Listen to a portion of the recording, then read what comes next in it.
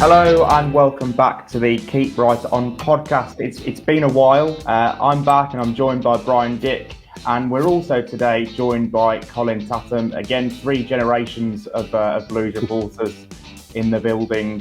Firstly to you, Colin, how are you? You doing well? All good. Thanks, Alex. Thank you very much. Yeah. Brian, go straight to you for the game on Saturday. A big win for Blues again, 3 wins in a row in the league. A 2-1 last-minute winner from new signing Scott Wright on his debut. What was your reaction? I'm not talking to you, Alex. You left me in it on transfer deadline day. I'm still sulking. I'm sulking. Yeah, it was fantastic. I think the performance, I think there's still elements of the performances to be discussed with each of them, to be honest. But just as a day, with the Stansfield transfer and just the atmosphere around the ground, even before the match, it was just hundreds and thousands of people just outside the ground, and it was sunny, and Stansfield came on the pitch and Tony Mowbray was there. It was a really, really enjoyable day, capped off, obviously. It's never bad when somebody scores a debut winner in front of the Tilton in injury time. So, yeah, it was massively enjoyable, excuse me, and I think it's something that we're going to become very accustomed to, is these late goals, and we'll probably come on to that in a little bit. But yeah, absolutely fantastic. Colin, I guess you echo what Brian said. Yeah, absolutely. There was a sense of occasion about it, and I think for me as well, winning in the manner that the team did, like Brian says there, in first minute stoppage time, it added to everything, and I felt it was a pivotal win, and I'm glad that the team got it like they did, because had the game gone to 1-1, that's 2 successive home draws, and there might have been a little bit of grumbling and pressure on the team going into the international break. But it was such a pivotal win for me. I think you look back on seasons and there's moments, and I think this could be one, because good teams over the course of a season, if they're going to be successful, they find a way. And they found a way. But as Brian said, the whole occasion, everything about the day was just fantastic. And obviously, I suppose that is coloured a little bit by getting the 3 points. Sorry, yeah, just to say, interrupt there. I think I was quite impressed with Wigan. The day started off a little bit with me thinking that, such a good feel good factor around the club now after the Stansfield signing and what happened on transfer deadline day. I thought Wigan are going to be the team that gets spanked, and actually I was really impressed with them. They once again, the game plan was good, and they created a lot of chances sort of early in the second half, and I thought the result was in jeopardy for a good half an hour of that second half. And I've got to say, overall in League One, I've been quite impressed with the standard of game planning by all the managers so far that the Blues have faced. Sorry, go on. What were you saying? Yeah, it's interesting you say that, Brian. I was going to pick up on that as well, because Sean Maloney did a good job. He made those changes at half time, and then Ruben Sellers as well for Reading. I thought his tactical plan against us was very good as well. So I'm like you. It's not a case that Blues are just going to steamroller this league. I think we all have to give respect to the opposition and the coaching and the way that they're going to tackle Blues as well, because I think everyone will see us as that, that big scalp, and I think they will plan and act accordingly, and we will get the opposition coaches and their team's best week in, week out, and that's just another symptom aside, a byproduct of being in this division and doing what the club has done so far. I think in all the games so far, I think the bench has really told, hasn't it? Especially in that Wycombe game, 2 subs made a real impact, and again against Wigan, with Scott Wright coming on and eventually getting the winning goal. That's going to be a real key thing this season, isn't it, Brian? The bench, the quality on that Blues bench, because they're going to wear teams down with the way they play, the possession they have, and the game changers are ultimately going to be those guys who make the impact off the bench in the final 20-25 minutes. It was quite interesting talking to both managers after the game, actually. I spoke to Sean Maloney, and he said we were unlucky because we ran out of players. Steven Sessegnon went off with an injury, and they'd already made their allotted substitutions. So Blues ended up facing 10 men, and then it obviously did tip the balance. But Chris Davies was absolutely unapologetic about it. He said, well, the reason they ran out of substitutions is because we ran the legs off them.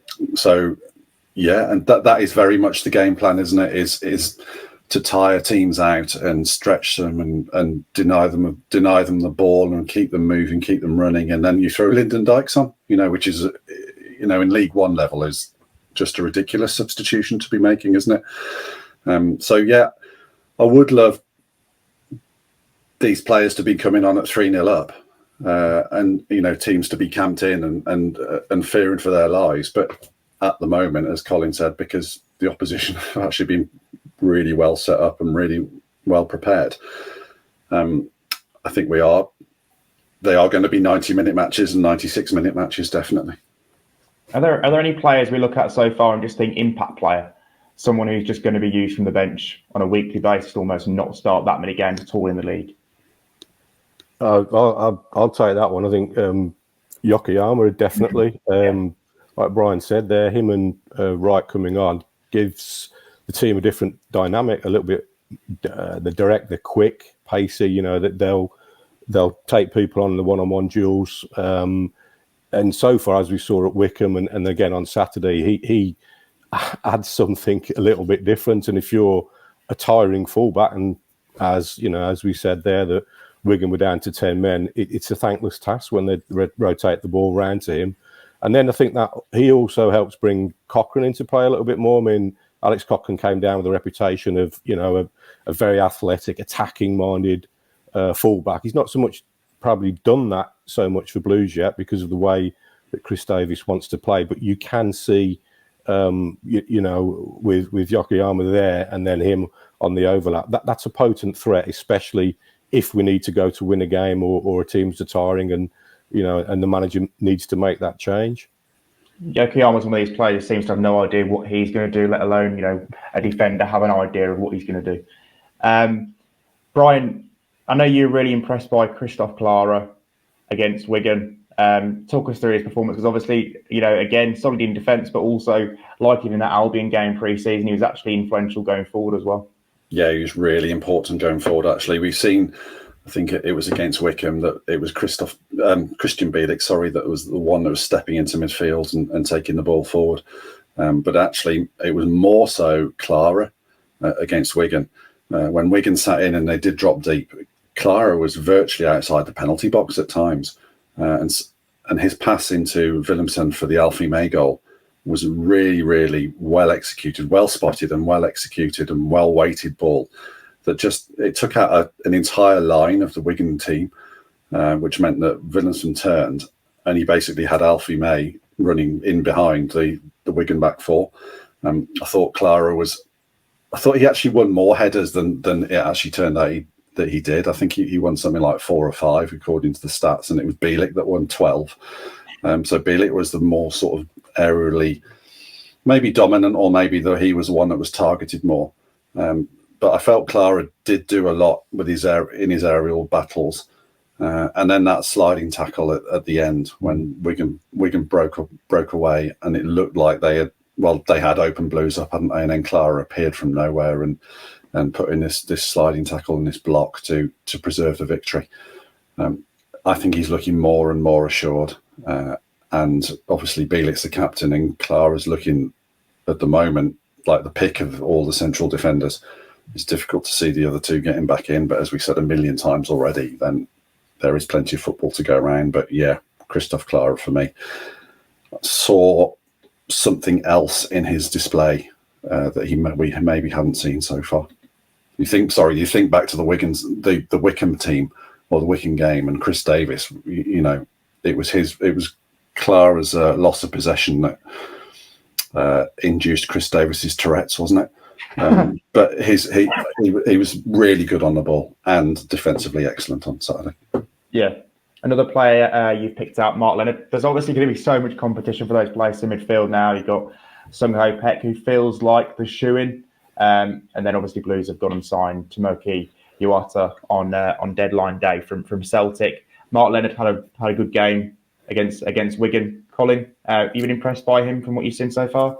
Yeah, very impressed. He's almost done it by stealth. He's not He's not showy, he's not flashy, but he's been so important whenever he's played, and I think everyone can see, as you said, with Peck, that you can see that quality, and when he's on the ball, and there's that sort of, he oozes sort of an easy, ozy style. And Leonard has probably gone under the radar a little bit, but I think Brian made the point in his when he was summing the game up, that when he came on, he helped Blues exact control of the game again, which it was probably slipping away for a period at the start of the second half, 10-15 minutes, when Wigan were in the ascendancy. But Chris Davies made the change, took off Taylor Gardner-Hickman, and he came on, and instantly he had an impact. He got on the ball, moved it around, and he was a real integral player to that grandstand finish. And yeah, I've been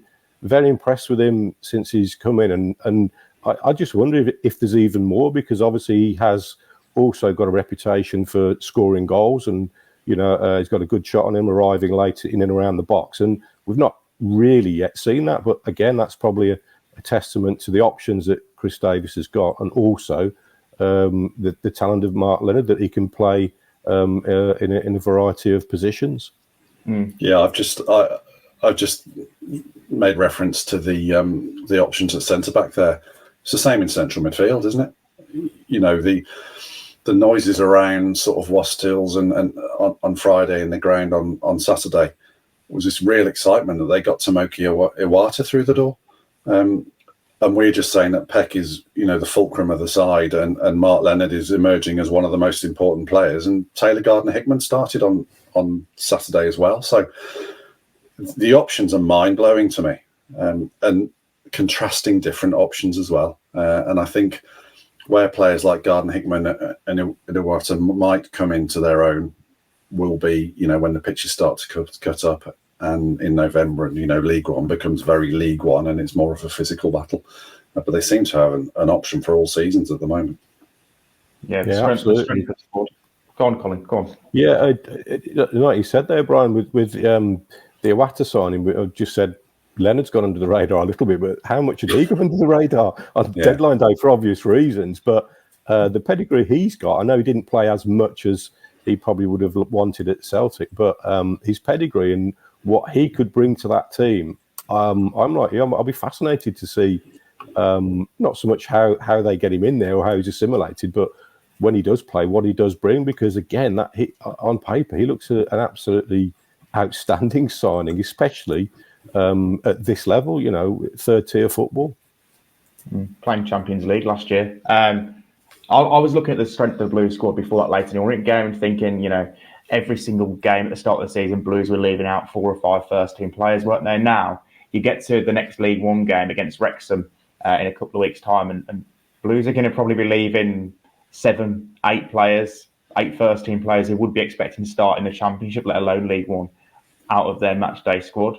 Can either of you, when was the last time Blues had a squad this strong? Do you think, are we talking back to the Chris Hughton days, that kind of era?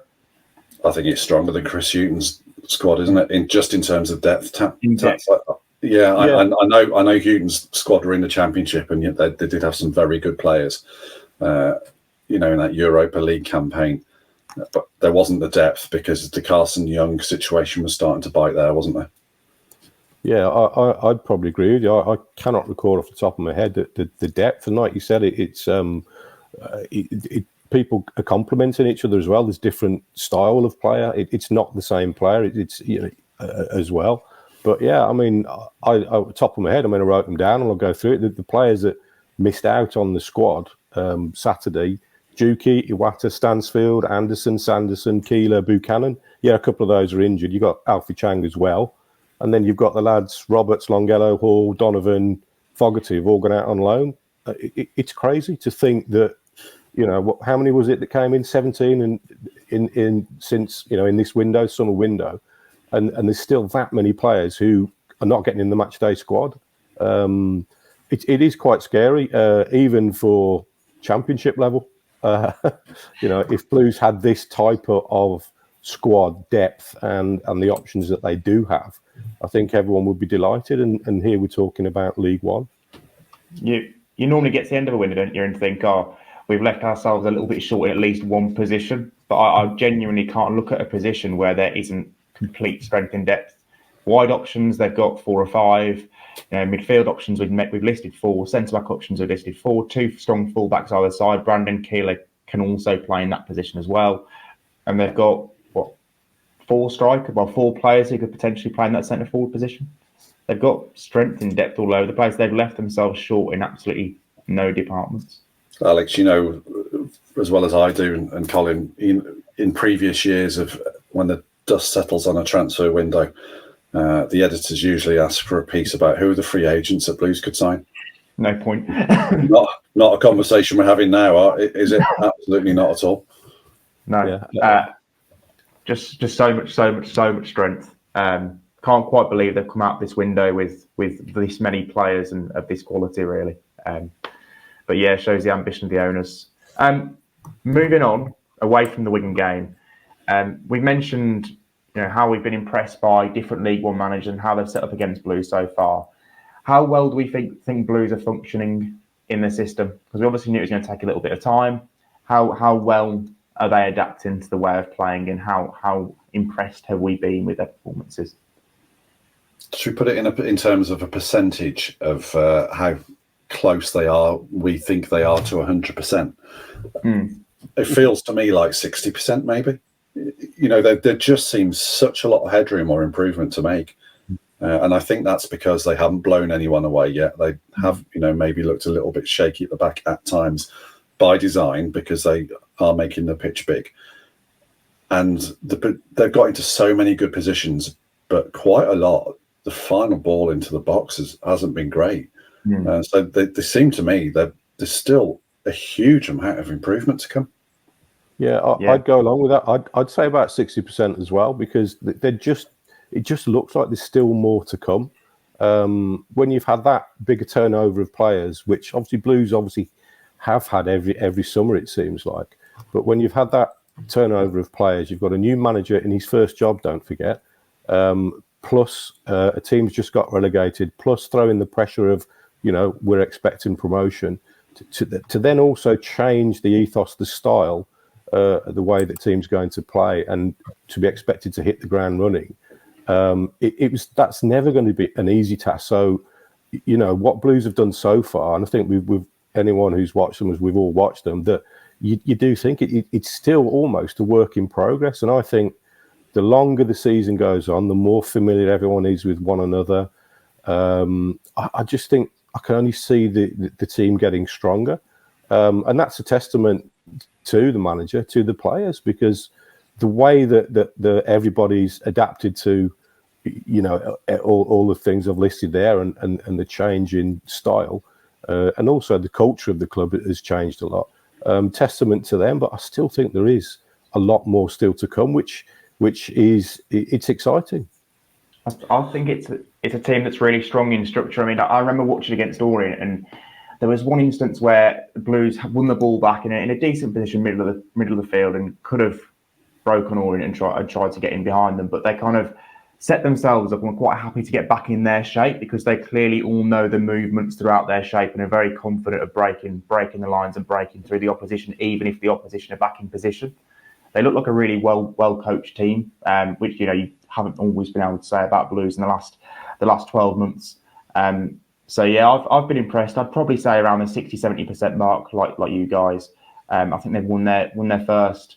Well, they won 3 games based on individual moments of quality rather than blowing teams away with a possession-based goal or the way they play. But yeah, there's definitely room for improvement, and we will. We all keep talking about blowing a team away. That's going to come eventually, isn't it? Because they've got so much quality. But to reiterate what we said earlier, I've been impressed by how teams are set up against them so far, to be honest. I'm going to float a first world problem here. Do you think there's so many options and so much depth that a lot of the combinations, like the midfield pairing or the attacking three, might not play together often enough, and it'll take a little bit of time for those relationships to develop? Or is it just, you're basically taking cogs in and out of the machine, and they're all interchangeable? Yeah, that's a really interesting point. If you're a player, you want to play every week, every minute of every game in a settled side. But I think that the way that not only has the club recruited, but the way Chris Davies is coaching, it's like you said there, Brian, it's going to be interchangeable pieces. They're going to be cogs, and I think people are just going to have to make do with it. And it is also a modern way in football. The modern player now has to be flexible and adaptable. They are used to playing a variety of systems, different roles, and I think that is what is going to happen with this Blues team, because it's going to be a long slog of a season. There's a lot of games. There's going to be injuries plus international call-ups, etc. And I just think it's not so much deliberate, but I do think that, I don't think we'll be seeing a settled team 1 to 11, right, for sort of 5, 6, 7 games in a row. Back when we were last in this division 30 years ago, you could pick that 11 really, and the spine of it. But football's moved on and changed since then. And we just talk about the impact of the substitutes as well. I think Chris Davies is not afraid to make changes early, which I like. And I think players are probably understanding of that, and they also have to accept it. And I know it's rugby parlance, and I know the traditionalists don't like it when they talk about starters and finishers, but I think that's what we could be seeing at Blues this season as well. Players who might get dropped 1 week, they're on the bench, but they're like, well, you're coming on for 20 minutes, 30 minutes, and they're expected to make an impact. And as we've seen so far, it has worked. I think, yeah, interesting what you say there, Colin, about the early substitutions. Dembele got 45 minutes, didn't he, before Chris Davies decided that he wasn't going to be playing for Blues again. On Saturday, I spoke to Scott Wright after the game, and I asked him, was there any indication at half-time that you might be coming on as early as you did? I mean, it was literally 2 minutes into the second half, yeah. I think that Scott Wright came on. He said, well, not really. He said, the manager told me to warm up, but I wasn't really expecting to come on, in the 47th or 48th minute. So, yeah, Chris Davies, and we're going to talk about Davies at more length in a second, but Chris Davies, as you say, really, he's not shy to pull the trigger at all. Definitely. I think the introduction of 5 subs has changed it, hasn't it, really? When you think about years ago, players always wanted to be starting and hate to be on the bench, and subs were often made later in games. The introduction of 5 subs a few years ago has completely changed the way players look at it. I think being on the bench now isn't necessarily the end of the world, because you can be on the bench and, like Emil Hansen did the open day, still play as much as the person who started the game. So it's interesting, actually, and Blues have a squad that's probably definitely better equipped to cope with the demands of, having 5 subs than the rest of their rivals in League One. Moving on to the point Brian made about Chris Davies, it's a very simple point you put down, Brian, about what have we made of Chris Davies, but I don't think we can be anything other than impressed at this stage, can we? Given the results, the way Blues are looking to play, the success they've had with that style of play, and also the recruitment, which obviously he's played a huge part in as well. Well, you tell us, because you're the one that's had more exposure to him than us. Yeah. You've spent more time with him. You've seen him coach. You've seen him in a press conference. You've seen him on a match day sideline. What do you think? Yeah, I'll be honest. Of the managers I've dealt with, I think he kind of moulds it all together. He's quite a personal guy, quite relaxed in his press conferences. Speaks very well about the game. Speaks incredibly well on coaching points in particular. I think Brian, you and I have both been fascinated when we've kind of asked him a coaching question, and he's come back with the answer that's at least satisfied us in our simple coaching minds. On the training pitch, you can never be anything but impressed. His attention to details, ridiculously impressive. The way he coaches players, the way he communicates with players. He is a very, very clear and concise communicator. That's what I will say. I think that's one of the messages we had back when we were doing some digging into him when he was appointed Blues manager, and that's been quite evident in the coaching sessions I've watched that he's done. And yeah, he seems to have a good rapport with players, and that's also needed, because we've mentioned the squad. He's going to have to manage these players throughout the season. He's going to have to tell 14 of them on a weekly basis that they're not going to be in the starting 11. He's going to have to tell 6 or 7 of them that they're not going to even be in the match day squad. So he's got to have that kind of personal side as well. But I've also noticed a ruthless side. He's quite happy to make those choices and make those tough decisions, which I don't think all managers are, or all managers don't do as well. I think he marries up a lot of the good qualities you want in a manager. And yes, it is very early days, because he is only 6 games into his managerial career, or 7 games into his managerial career. But but the signs are really good. And I think it's quite interesting that he took this job with Blues in League One, because he could have gone into the Championship at a club like Swansea, who probably mid-table, lower mid-table Championship, but never in any great danger of getting relegated last season, and settled himself there. But he's gone for probably a more ambitious project at Blues, where he's going to be expected to win constantly now. He's going to be expected to win League One. When Blues get into the Championship, provided they can strengthen adequately again, he's going to be expected to compete at the upper echelons of that league as well. So it shows his ambition more than anything, that he wants to play, winning football and win lots of matches. Yeah, I don't think he does anything without thinking very deeply or preparing very deeply for it, does he? There isn't method behind everything he does. Everything has been business. In a press conference, there's not a huge amount of personal stuff or banter particularly. It is very much business, and that's okay. He doesn't need us to be his friend, and we don't need to be his friend. That's absolutely fine.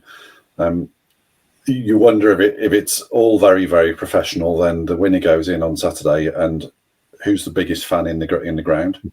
It's Chris Davies herring down the touchline, isn't it? So yes, it is all business, but boy, does he feel it. I think the one thing we don't know just yet, Alex, is, like you say, is about leaving those players out potentially, and managing the players that maybe haven't played for 4 or 5 games, and they're maybe not particularly happy. But Colin will tell you, when a team's winning, everyone's happy, aren't they? And players can't knock on a manager's door and say, well, "What about me?" if the team's won 3 out of 4 as they just have.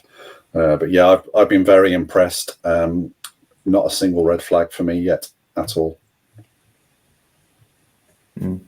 Yeah, I'd just add to that, guys, that I think, daft as it sounds, he's the manager. He is in charge. It just clearly looks like that. He's the boss. I think his word goes.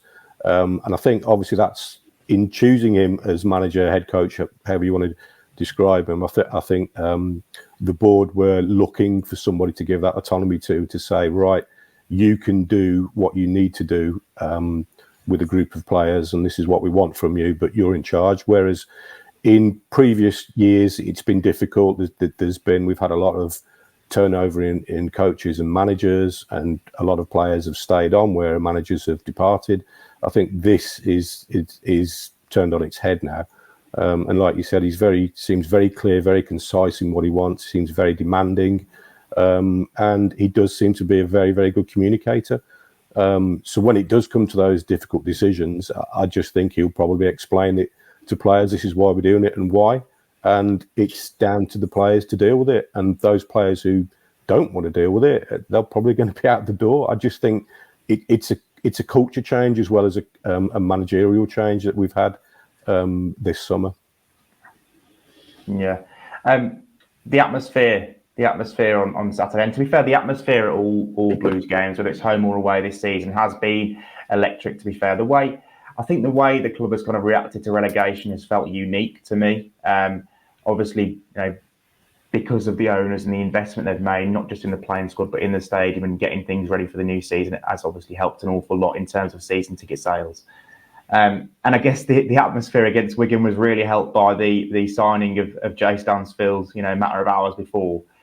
What have you made of it, guys, this season? Is it kind of a back to the Premiership years? Do you think it's kind of going back in that direction? Just does it feel similar? It's certainly very different to what's gone in the recent past. I mean, that's an obvious thing to say, isn't it? But I've been thinking about this, trying to figure out, when did it last feel like this at Blues? And you can write off the last 10 years, I think. Yes, there have been excited moments, moments when the club has come together, like the Huddersfield Town win under, was it Redknapp? I think that they beat Huddersfield Town in the penultimate game of the season, which effectively kept them up. Or they then had to go to Bristol City, I think, didn't they? But it was an important win. So there have been games when it's felt like everyone's on the same page. But honestly, I put this down on the running order because on Saturday there were hundreds and thousands of people at St Andrews, on the stadium apron. The feeling inside the ground was different. I can't, in the sort of 10 years or so I was sort of covering Blues. I didn't experience anything like I felt on Saturday. The levels of optimism and expectation, more than just hopeful optimism, actual expectation. Tats, you're probably best placed to answer this. When did it last feel like this at Birmingham City? I'd say in the Premier League Premiership years was that sort of feel-good factor similarly, and some of the European nights that we had. But again, like you said, everything's been pockmarked. There's been the odd occasion here and there, but this is a genuine across-the-board feeling amongst supporters, and it's interesting for me. And you guys will know you have to get to the ground early for work commitments. Now I've done it a little bit differently for the last couple of years. I've been able to take the time, go there, swanned around, gone to the pubs and what have you beforehand.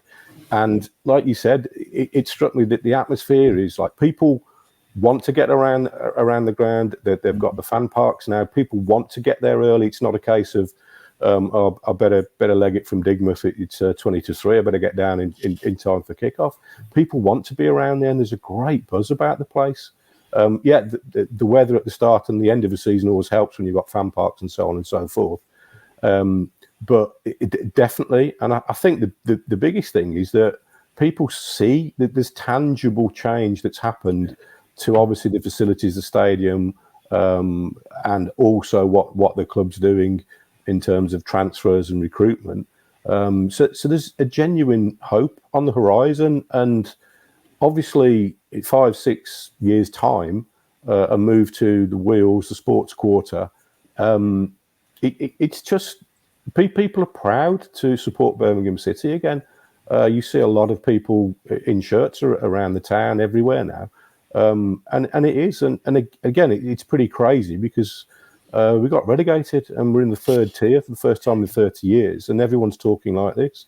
And one thing, I don't know if you felt this on Saturday, Brian, I felt there was, for the first time, there was a patience amongst the supporters in how the team were playing, in terms of, yep, this is how we're going to play now. When Wigan had that good spell, there was no real agitation. There was no real, calling out grumbles and get it forward, this, that, the other. Yes, you're going to get the odd isolated situation or occasion there with the odd person, but I felt as a whole, the stadium are now completely understanding of the way that we want to play, and they're allowing the team to get on with it. I don't know if you felt that. I mean, obviously the last 15 minutes, it was, as I said, it was an amazing finale when it was, muck and nettles, blood and thunder, whatever you want to call it. But in general, I felt people were really buying into this change to the progressive possession-based style of play. Certainly in previous years, when a goalkeeper lets the ball squirt through his legs into the goal, there's been times when St Andrews has gone into meltdown, hasn't there? And even before that, it would have got edgy, as Wigan were on top for 20 minutes or so. But yeah, the expectation that Blues would come back. The Blues fans can see Yokoyama and Leonard and Lyndon Dykes coming off the bench. And we're only a month into it, but they are now expecting that last 15 minutes sort of fanfare, or so. Yeah, I thought the crowd stayed with them really well, particularly given the fact maybe it was just me that thought Wigan were going to be the first team to get a spanking, but I was speaking to a couple of other people as well that thought, oh yeah, this is the day when it all comes together, and it didn't turn out like that, and I wonder if everyone else felt. Was sort of lured into that temptation. But the point you make about them staying on side is really good. Because they can see it was a bit more calculated than sort of blood and snot, wasn't it? They were still playing to the beat. The tempo was up, but the patterns were still there. Yeah, there was that spell in the first half around the goal before and after 15, 20 minutes. I just felt I've not seen a Birmingham team have so much what I'd term serene control of the game. That everyone knew what they were doing. They were passing the ball. It was being recycled. And you could see Wigan were like, oh, can we get off this carousel, please, sort of thing. Yeah. I've not seen that for a long time. And as we said, this is at the start of hopefully an enjoyable journey and a transformation in a playing style and of a team. Yeah, it just struck me. I just sat back and watching it, and I think this is really enjoyable. We haven't seen this for like 10, 11, 12 years. And again, I keep going back to it. This is the third tier. We're in, League One. It's crazy to think what could, come further down the line. If Knighthead have pulled out any rabbits from any hats, it's producing a product that's attracting 27,000 people after a relegation. That is a stunning piece of, a product creation and the way it's been marketed, at the risk of, being overly gushing. Should we move on to Jay Stansfield? Should we talk about Stansfield? Yes, yeah. let's. Yeah. Obviously, Brian, you were filling in for me while I was on holiday on deadline day.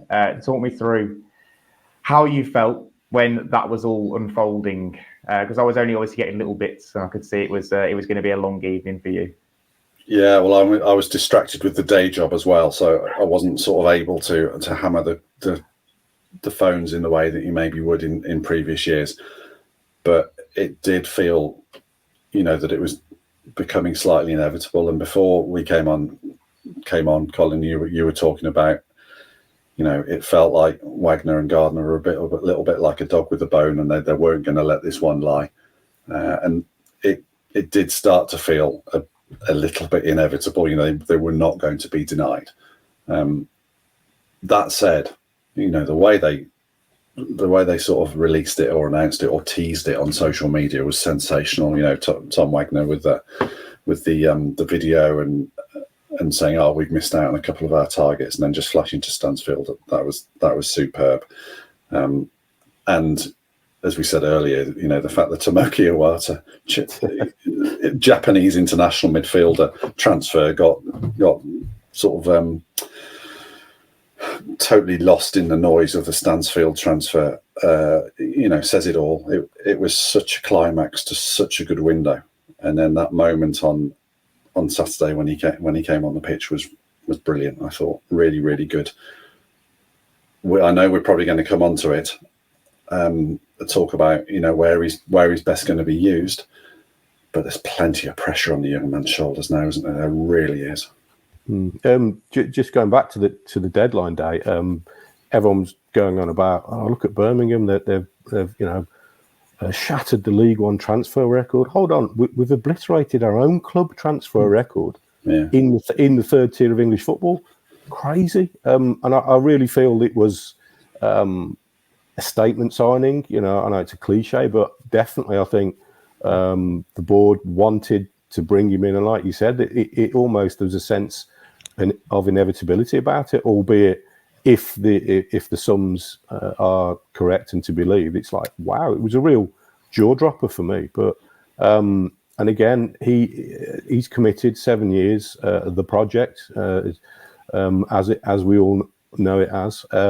It's an incredible signing, and I think the headaches of, well, where do you fit him in? Where does he play? Will he be able to hack it, being the poster boy of the new sort of era? That's almost secondary, and I think that they'll work it out. I really do, because at the moment, the only pressure is it's just enjoyment. There's no real pressure at the moment. That will come a little bit further down the line, I think, but it's just enjoyment. And I said, I think I put something on X. I just hope there's going to be a snowball effect from the closing of this window and the way that the season has started. And I fully expect Jay Stansfield to be front and centre of that, with Alfie May, with Lyndon Dykes, with another who can play across the forward line. So yeah, it's exciting. It's a headache for the manager, but good headache to have, isn't it? I keep forgetting that Blues have also signed a striker, a Scotland international striker who scored 40 goals in the Championship in the last 4 years, and completely I'm just putting him aside and putting him on the bench, and it's crazy, because they've got Stansfield, they've got Alfie May, who scored 4 in his first 4. It's mad that we've got to this point where Stansfield's a Blues player, and 3 weeks ago, Marco Silva was absolutely categoric in a press conference saying he's part of my plans. They can send offers all they want, but he's part of my plans. But obviously, like Colin said, Tom Wagner has literally just been there and not taken no for an answer. And they've probably shattered what they wanted to pay for him, but he's the man they wanted. He was the dream signing, and they've managed to get him. So fair play, and we're all looking forward to seeing Stansfield in a blue shirt again. The other signing, Brian, because I know you want to talk about him because none of us have talked about him yet. Iwata from Celtic, midfield player, Japanese international, played Champions League football only last season, was signed by Ange Postecoglou for Celtic initially, and then obviously played under Brendan Rodgers. So I'm guessing Chris Davies is very well versed on this player. What were your initial reaction to that one? What are you thinking? And do you see him fitting into the starting 11? My initial reaction at the time when it was breaking was, oh my God, not another one. I haven't got time to write about another signing. This is the one that the people I've spoken to at the club are really excited about because of that pedigree. The fact he is an international footballer, the fact, as you say, he's recently played Champions League, he's moved from Celtic. He is, I think, a real top-notch six. I really think that he could be a player that slots in and suddenly Peck is free to go forward and make those runs that we know he can make. And the other midfielders are all going to be given a license because I think Iwata will just be the glue. I think he can just hold it all together. I don't want to pick that midfield because we've just talked for 10 minutes about how we like Mark Leonard, and Peck's obviously the fulcrum of the side. But Iwata could be, I think when we talk in a minute about our favourite signings, I think Iwata at the end of the season could turn out to be the game-changing signing. Colin. Sorry, Colin. I was going to ask who's your favourite signing. Favourite signing? Oh, that's a good question. Just to go on about Iwata, I'm same as Brian there. I think he could be a real steal, and he the pedigree he's got. Plus, he can bring something different to the rest of the team as well. So again, I think hats off to the recruitment and the recruitment strategy this year. I think it's really has changed. And on the face of it, it looks a very good window in terms of transforming the squad, and as we mentioned before, the depth. But in terms of my favourite signing, I'm probably going to cop out here. I'm going to go for someone who re-signed it, as it were, and got a new contract in the summer. I think tying down Christian Bielik as one of the first moves that the club did in terms of a new contract, him committing after relegation, I think that was massive because it sent out a signal to maybe the rest of the team that were there, plus other players that Blues were thinking of bringing in, that there's something happening here. Yes, we're in League One, but there's something happening. I'm committed to it. And I just think if he doesn't make the PFA League One team of the season, there'll be a massive injustice because Christian Bielik, for me, is head and shoulders above a lot of players, well, most players in that division in the role he's playing. And he's such a vital cog in the wheel for Blues. I think getting him to recommit on a new contract was absolutely massive for the club. So it's a bit of a cop-out if you terms about my favourite signing. I'd say that was probably one of the most important pieces of business, if you want to describe it as that. Yeah, I don't think that is a cop-out. I'll put on the running order, favourite new signing or retained player or departure. Bielik was absolutely right up there for me as arguably the best piece of business Blues did all season. Sorry, Alex. No, I was going to echo that exactly. Right up there for me as well. And I've said on this podcast before, I think moving him to midfield, I think for Bielik's career is an absolute masterstroke because his ceiling's so much higher. Sorry, moving him into defence is a masterstroke because his ceiling's so much higher as a central defender, I think, than there's a midfield player or as a defensive midfield player. I think Bielik could play in the Premier League as a defender rather than a midfielder. So yeah, he'd be right up there for me as well. Brian, throw us a signing. I've got a man crush on Thor. I love his distribution. I don't know that I really need to wax lyrical because I've done it 2 or 3 times on here. The physique's fantastic. the distribution, the fact it's all left foot, the weight of pass, excuse me, the running in beyond, which he hasn't done a huge amount actually in games. We did see more of that in pre-season, running beyond the striker.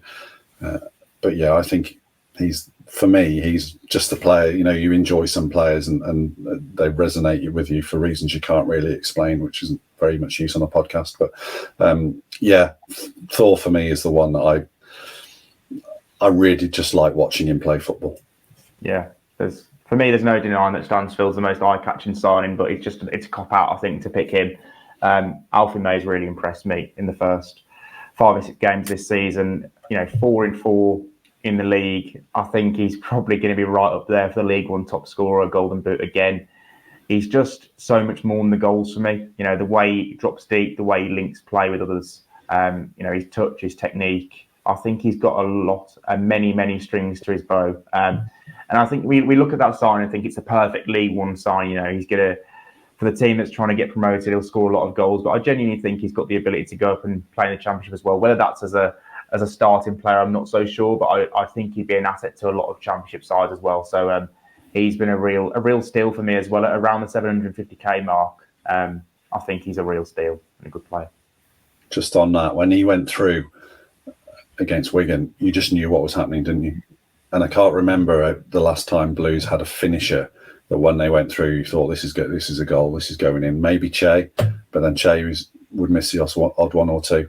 And it certainly contrasts very starkly, with someone like Scott Hogan, who the last thing you wanted for Scott Hogan was to be put through 1-on-1 because you felt worried for the lad, didn't you? But when Alfie May goes through, you just think this is going in. He's such a composed finisher.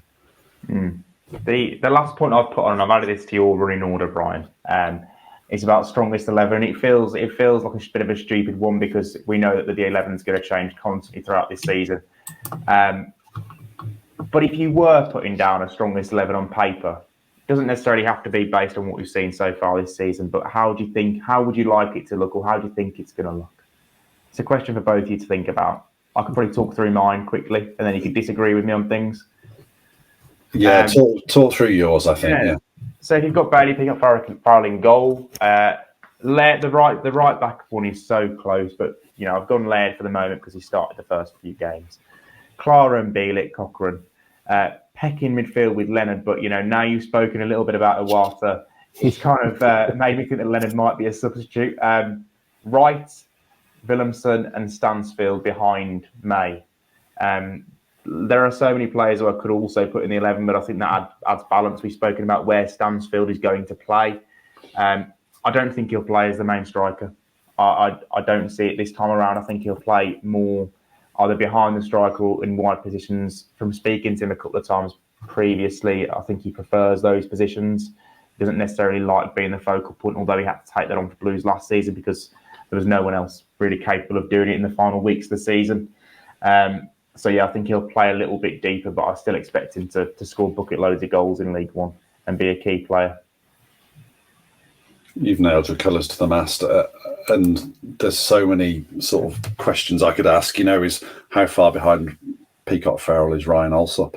How does Tomoki Iwata not get into that midfield of Peck and Leonard? Emil Hansen, they've spent money on him. Luke Harris is here to play football in the attacking three. Lyndon Dykes, as you say, is an international footballer with 40 championship goals. How does he not start, for heaven's sake? My short answer, Alex, is I don't know. If you're asking me to say put one player into the 11 that you've picked, I think it would have to be Iwata.